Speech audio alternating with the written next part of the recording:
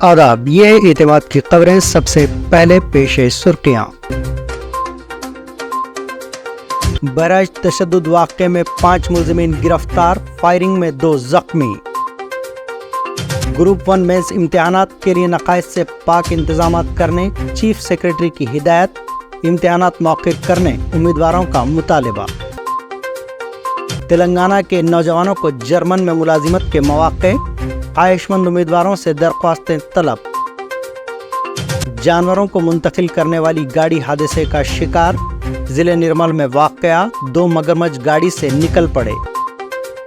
اور شہر حیدرآباد میں 3 دنوں تک بارش کی پیش قیاسی، عہدیداروں کو چوکس رہنے دانا کشور کی ہدایت۔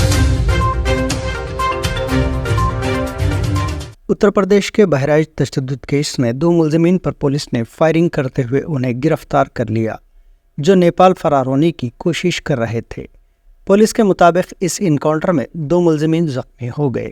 واقعے کے دوران پولیس نے 5 ملزمین کو گرفتار کیا ہے۔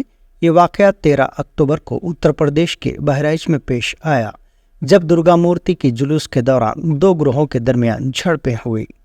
اس دوران 22 سالہ رام گوپال مشرا کو گولی مار کر قتل کر دیا گیا تھا، جس سے علاقے میں تشدد بھڑک اٹھا۔ پولیس نے اب تک اس سلسلے میں 12 مقدمات درج کیے ہیں اور 55 مشتبہ افراد کو گرفتار کر لیا ہے۔ جو نیپال بھاگنے کی فراق میں تھا، اس کے ساتھ پولیس کا مٹھبھڑ ہوا ہے، کیا ہے یہ پورا معاملہ؟